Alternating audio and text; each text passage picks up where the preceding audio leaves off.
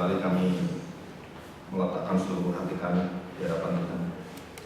Dan kami mau melihat kekuatan, kekuasaan, kedaulatan Tuhan dalam seluruh area hidup kami, yang merencanakan misi yang tidak pernah bisa dihentikan oleh siapapun, baik oleh kemalasan kami, ketidakmengertian kami, dan bahkan karena kekerasan hati kami, serta hal-hal yang begitu bodoh kami lakukan yang tidak menjalankan apa yang Tuhan kehendaki.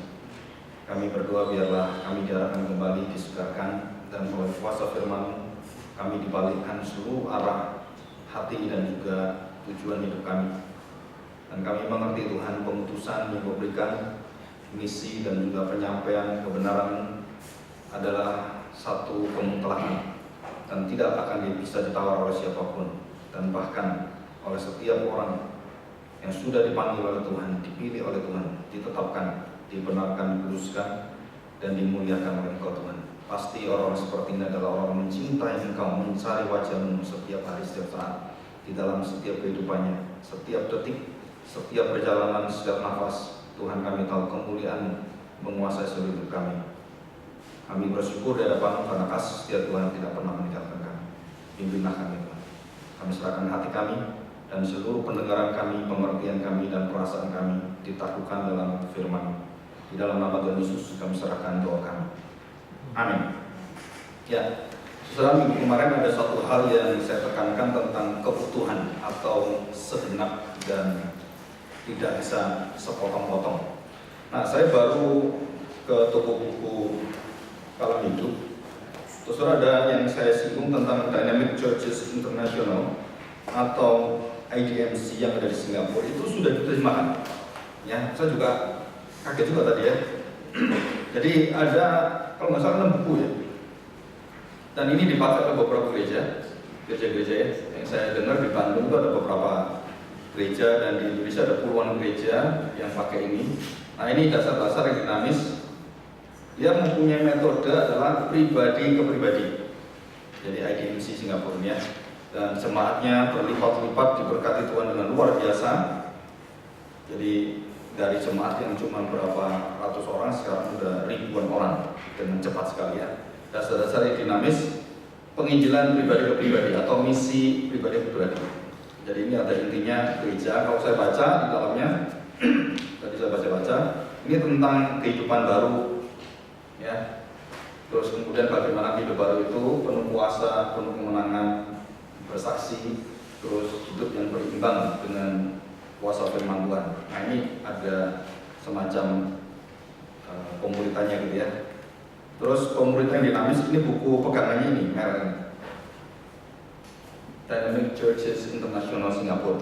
Diterjemahkan oleh Kalam Hidup, ya. Jadi ini diterbitkan tahun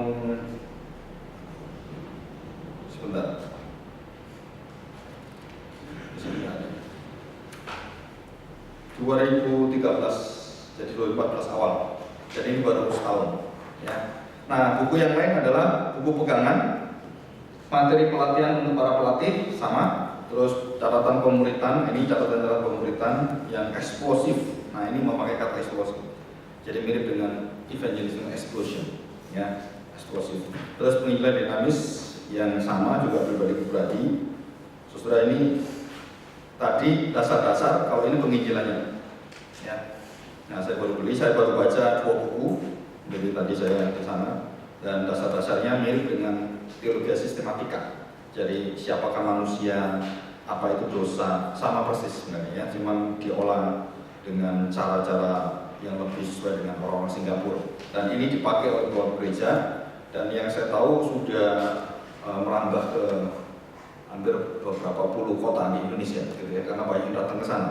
Termasuk gereja Kaintong, kalau saya dengar itu memakai ini. Saya dengar ya, kemarin saya lihat dari Facebook itu ada anak-anak membahas tentang ini. Nah, kita berdoa supaya nanti kita kembali pada kuasa firman, supaya misi reform Puritan atau reform faith itu kembali utuh gitu ya. Nah, John Stott sudah meninggal. Terakhir bukunya dikumpulkan, satu buku yang sudah diterbitkan tahun 70, dicetak ulang di Indonesia baru pertama kali diterbitkan, Yesus sangat kontroversialis. Ya. Ini buku baru aja, baru berapa sebulan atau berapa bulan yang lalu ya. Saya nggak lihat, 2014 bulan Oktober gitu. Ya. Nah ini bukunya, harganya 60 ribuan kalau salah. 60 atau 40 pas. Kalau ini hampir semua 30 ribu. Yang tebal ini 40, yang tipis-tipis ini 25, ini 30. Ini semua. Nah, saudara kalau mau tertarik dibaca, saya nanti mau baca yang 2 ini selesai, saya mau baca yang 3. Jadi saya ingin tahu gereja-gereja itu sebenarnya arahnya mau kemana gitu ya. Nah, saudara, saya kembali pada pengertian tentang penginjilan yang seutuhnya atau holistic evangelism dan mission. Ya, saya akan mencoba mengulang sebentar yang sudah saya jelaskan secara singkat tentang kekhususan 4 kitab Injil plus kitab Kisah Para Rasul. Nah, sekarang kita masuk dalam nanti berkaitan dengan seluruh kitab-kitab yang ada suratan dari mulai Roma sampai kitab Wahyu. Nah, itu sebenarnya fokus misi dan pengabaran pemberitaan Injil itu pada siapa, tujuannya apa, dan bagaimana caranya. Apakah ada cara yang memang betul-betul ada satu cara dan dipakai oleh para rasul, ataukah tidak ada cara sama sekali yang ditetapkan dan dipakai sebagai pedoman. Nah, yang kita lihat gitu ya. Nah, cara secara metode itu yang ditetapkan tidak ada. Semua rasul itu mengajar, berkhotbah, mengajar di dalamnya. Jadi cara rasul adalah mengumpulkan orang yang mau dengar siapa, dikumpulkan di kampung-kampung, di desa-desa, di kota-kota, di gang-gang yang ada di RT RW gitu ya, dikumpulkan. Nah, dia menyatakan Kristus itu siapa. Jadi beritanya adalah tentang Kristus semua. Jadi tidak ada yang lain. Mereka menceritakan tentang siapakah Kristus, siapakah Yesus. Di situ ya. Nah, khususnya di bait Allah, di sinagoge, pertemuan-pertemuan itu, dan juga mulai menyebar sampai ke istana Agripa, Festus dan semuanya. Itu menyebar ke sana. Nah, pola penyebaran itulah yang membuat akhirnya Paulus memiliki begitu banyak variasi dalam pendekatan-pendekatan perdebatan di dalam pengajarannya. Dan kita akan pelajari beberapa gitu ya. Nah, kita akan berfokus kembali pada Matius 28, Markus 16, Lukas yang terakhir 24, dan Kisah Para Rasul pasal pertama ayat 1 sampai ayat 8 dan 10, Yohanes 17 ayat 3 sampai selanjutnya sampai akhir, dan Yohanes 20 ayat 20, 21, 30, 21. Ya, itu ada beberapa hal yang penting sekali. Nah, kemudian kita lihat pada suratan. Nah, saya ingin menjelaskan kita bahwa Injil yang kita terima, yang kita akan beritakan, misi yang Tuhan berikan pada kita, itu tidak terlepas cuma 4 kitab Injil selesai. Tidak. Kalau itu terlepas, kita nggak pernah tahu arah daripada hidupnya orang Kristen. Ya, hidupnya orang Kristen. Nanti saya akan membandingkan apa yang sudah dilakukan oleh gereja-gereja dan apa yang dilakukan oleh para rasul. Apa bedanya? Semua para rasul mengerjakan itu tanpa bersandar pada bentuk kekuatan manusia apapun. Nah, ini yang susah. Jadi rasul-rasul bergerak itu bukan karena dia ada duit terus dia bergerak, bukan karena ada orang dia bergerak, bukan. Dia bergerak karena Roh Tuhan menggerakkan dia. Tidak ada satu sarana pun yang dipakai, itu langsung orangnya, dan metodenya adalah Roh Kudus menggerakkan kita semua. Mulut kita metodenya, tangan kita, hati kita, semua ini metodenya. Karena waktu Yesus menyampaikan keselamatan, metodenya adalah hidupnya dia, dirinya dia, dan seluruh kepribadian dia secara utuh. Maka waktu gereja mengabarkan Injil, kita mengabarkan Injil bukan dengan mulut kita, bukan dengan akal budi kita, terus kita susun kalimat supaya bagus, bukan. Tapi seluruh hidup kita, perasaan, pikiran, ucapan, seluruh tindakan kita itu harus bertingkah laku seperti misi menghidupi Kristus semua. Nah, baru itu disebut sebagai misi yang sejati. Jadi misi bukan hanya pola kita berpikir. Nah, kalau kita lihat pola-pola IDMC terus kemudian yang lain-lain, itu pola pikir adalah dialektis. Bertanya sesuatu yang ya akademis gitu ya, secara skolastis itu artinya secara school. Jadi ada arahan begini, sistemnya begini, sesudah ini ngomong ini. Nah, waktu Paulus, Petrus memberitakan Injil kepada siapapun, mulai dari orang paling rendah sampai kaisar, itu ada polanya, tapi polanya tidak ada yang meniru sampai hari ini. Kalau saya nanti bukakan itu, kita akan heran. Pola itu nggak ada, nggak pernah ditiru oleh cara-cara pengabaran Injil yang ada sampai hari ini. Kenapa? Karena mereka anggap itu kan Alkitab, nggak usah ditiru. Kan bagaimana Alkitab ditiru? Penyampaiannya kan susah. Nah, kita bukan meniru kalimat per kalimat. Kita bukan mengcopy ucapan rasul-rasul, setiap ucapan dihafalkan, bukan. Tetapi ada inti sarinya, ada prinsipnya, ada kekuatannya, ada bagian-bagiannya yang tidak boleh kita lepas.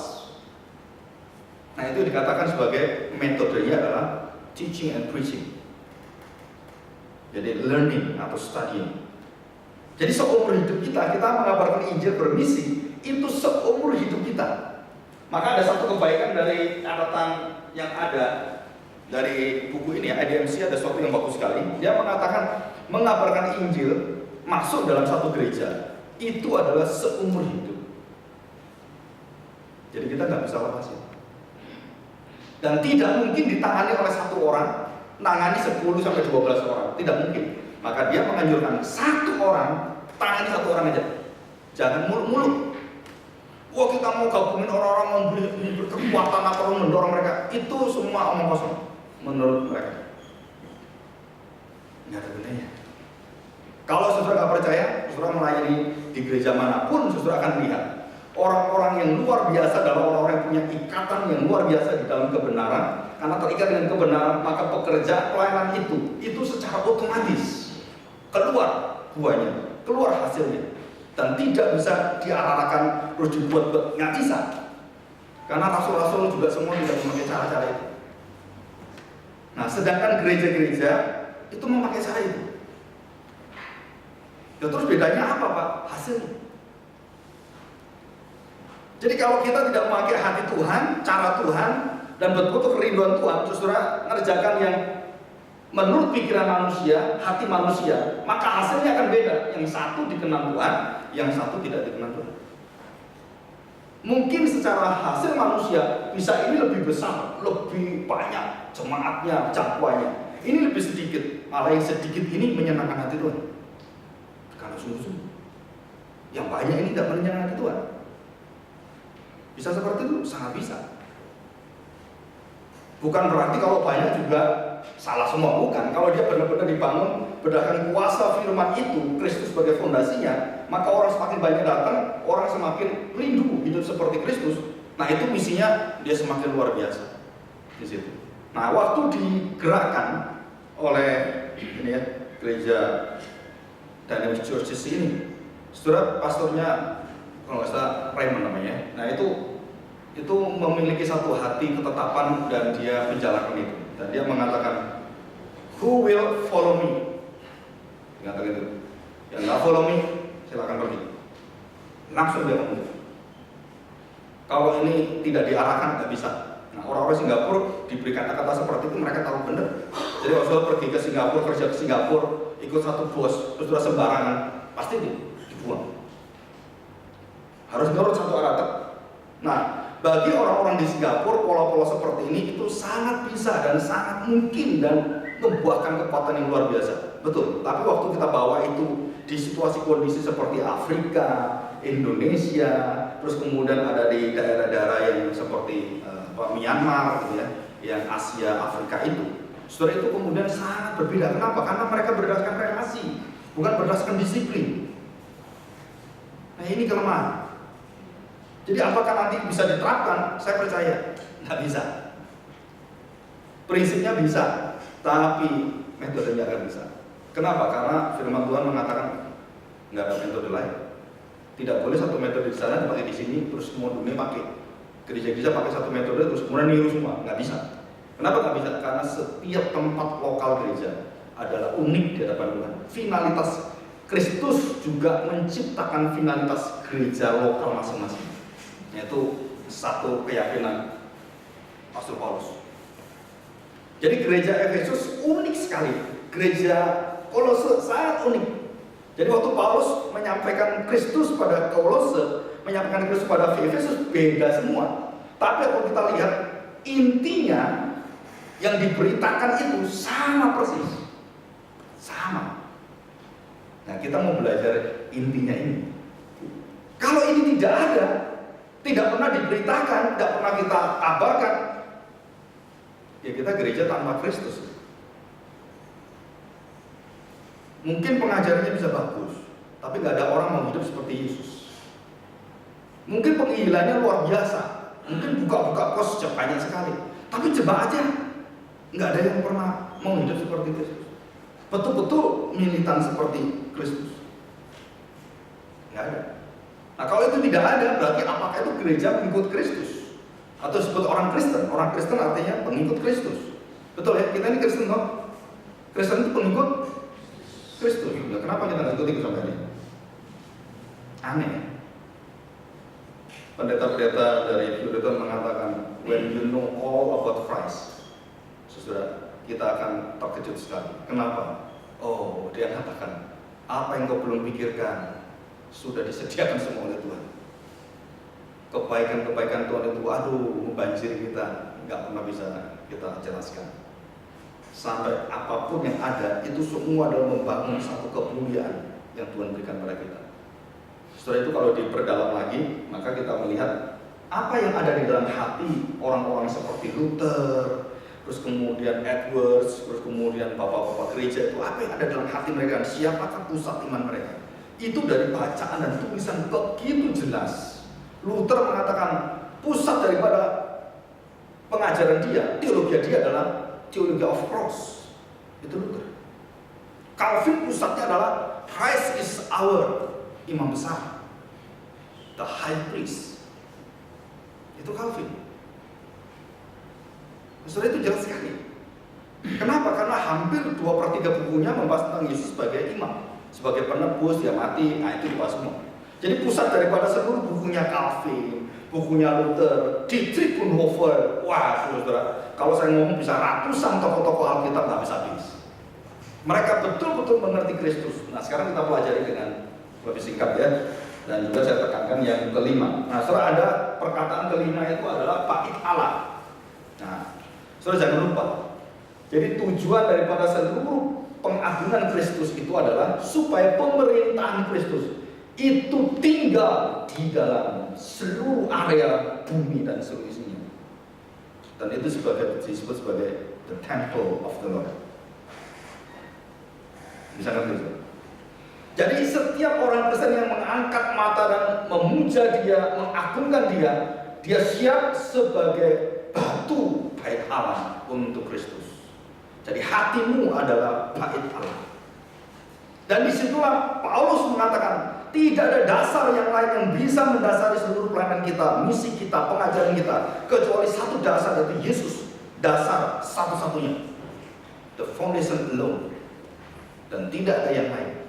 Kita adalah batu-batu yang di atasnya. Di situ. Jadi fondasinya adalah Christ. Nah, saudara, jadi kita bisa ngerti nanti surat Rasul Paulus itu membahas apa? Membahas diri kita sebagai bait Tuhan.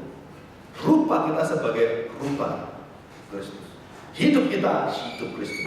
Perasaan kita perasaan Kristus. Berpikirlah seperti Kristus berpikir. Milikilah segala perasaan Kristus. Paulus berkali-kali seperti itu.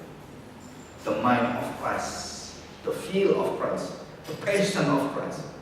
Ada value-nya. Ya, oke. Nah, saudara, kita bahas singkat, saya ulangi. Matius 28 ayat yang ke-28. Kemarin saya sudah jelaskan tentang 4 segala. Ya. Yang pertama, segala kuasa yang ada, seluruh kuasa yang terlihat dan tidak terlihat, kuasa yang visible dan invisible di dalam dunia yang nyata fisikal ini, dengan dunia roh yang kita tidak lihat, semua itu di bawah kekuasaan, dominasi dan pemerintah, kedaulatan Yesus semua.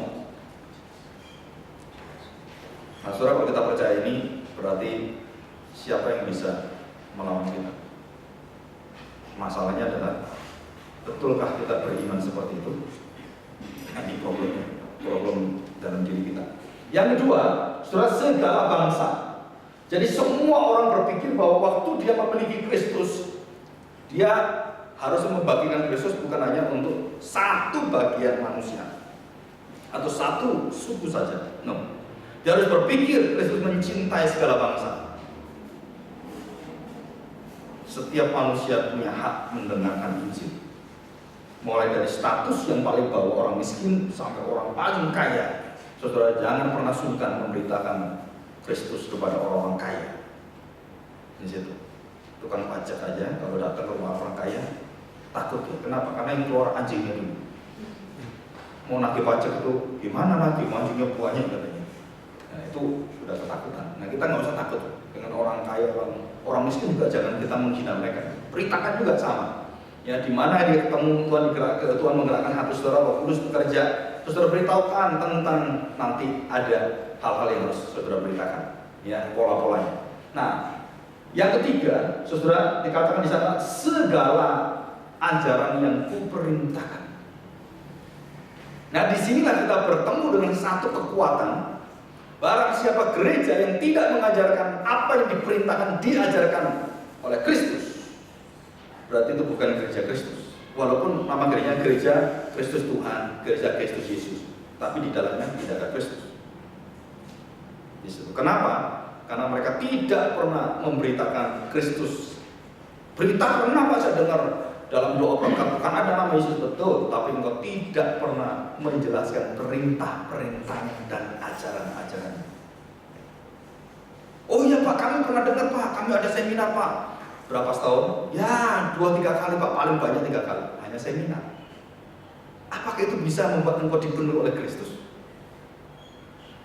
Loh Pak, ada lagi Pak, tambah begini-begini. Iya, setahun berapa kali kira? Ya, ambillah paling cepat sebulan kali. Apakah cukup sebulan sekali engkau mengenal Kristus? Maksud Bapak gimana? Maksud saya adalah mimbar itulah yang tiap minggu tanggung jawab dari gereja memberitakan tentang kemuliaan Kristus. Segala pengajaran berpusat kepada perintah dan pelayanan pengalaman hidup Kristus. Kenapa? Karena diperintahkan, saudara. Ini bukan saya yang ngajar. Saya tidak pernah baca buku-buku seperti ini membahas ini. Karena ini tidak ada dasar teologinya, kurang begitu kuat. Tapi kalau buku-buku yang Puritan Reform dan juga Evangelical yang betul-betul kuat, itu pasti ada dia, di dalamnya pasti ada. Cuman sayangnya tidak disampaikan secara approach, secara pendekatan. Mereka lebih kolot gitu, jadi tidak memakai cara-cara, ya juga salah juga itu. Kenapa? Akhirnya nggak bisa sampai. Pengetahuannya luar biasa, tapi nggak pernah sampai. Maka orang-orang di dalam yang memperbarui sekarang ini ada beberapa kesadaran bahwa mengembalikan seluruh pengajaran itu bukan cuma diajarkan, diucapkan dalam pikiran, tapi itu adalah menghidupi semua seluruh kehidupan kita.